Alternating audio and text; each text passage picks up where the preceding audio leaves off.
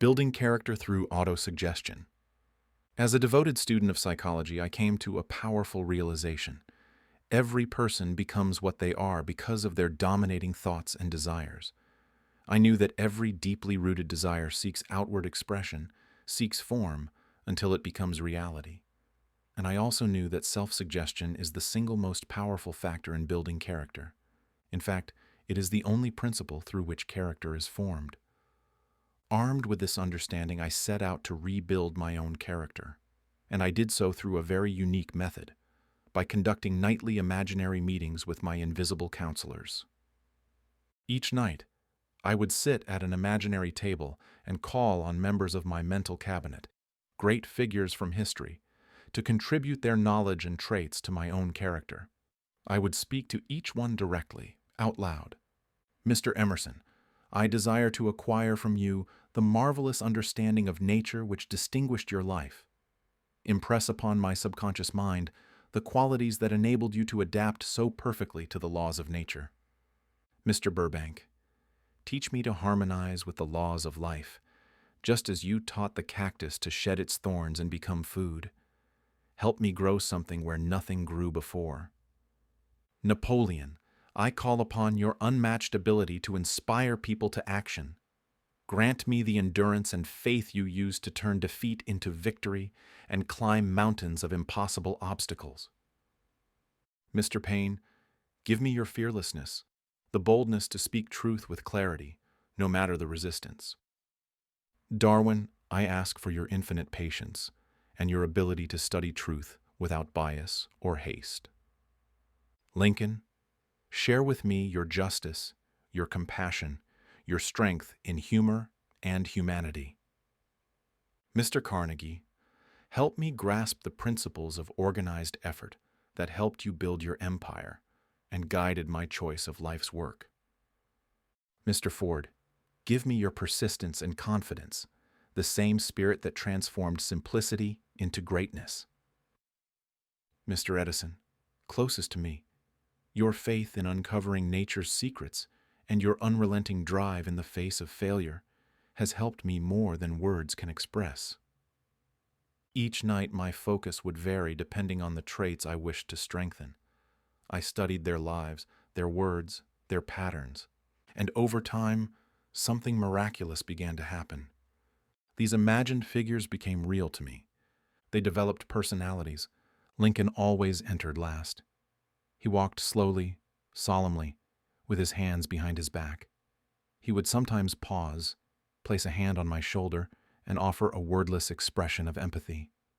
He rarely smiled. The weight of a divided nation was still etched on his face. Burbank and Payne, in contrast, were full of humor. One night, Payne jokingly suggested I deliver a sermon based on the Age of Reason from the pulpit of my old church. The others roared with laughter. Not Napoleon. He scowled and declared the church a pawn of the state. Sometimes Edison would arrive early, sit next to me, and speak of life in terms of intelligent energy, describing it as swarms of living entities that assemble and disassemble based on harmony. He said, "Your own thoughts are the magnet that draws these units together." I once shared this vision with the real Edison himself. He simply smiled and said, "Your dream was more real than you may think." These nightly sessions became so vivid, so real that I stopped them for a time, concerned I was losing touch with reality. But one night, I awoke to Lincoln standing by my bed. He said, "The world will need your work. Complete your philosophy. If you don't, you'll be forced to begin again from the bottom." I resumed the sessions that night. When I returned to the council room, they were all there, waiting. Lincoln raised a glass and said, "Gentlemen, let us drink to the return of a friend."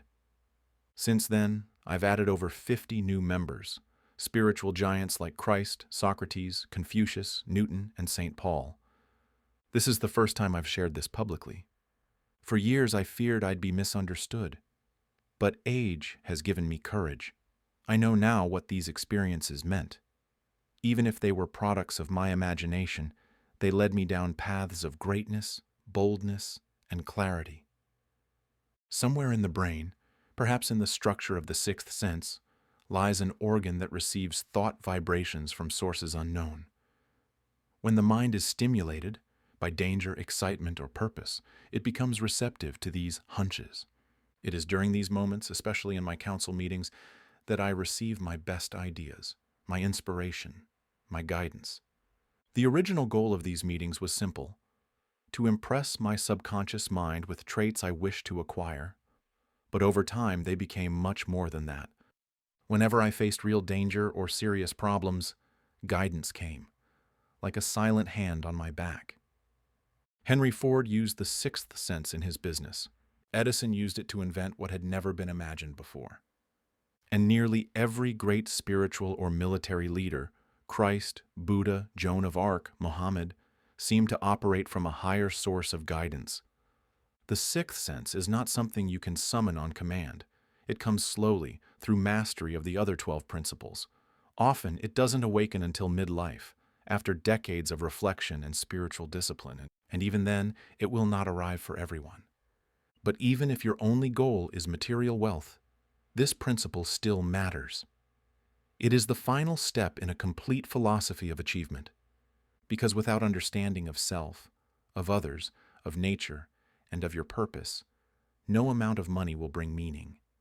Understanding, true understanding, comes through the sixth sense.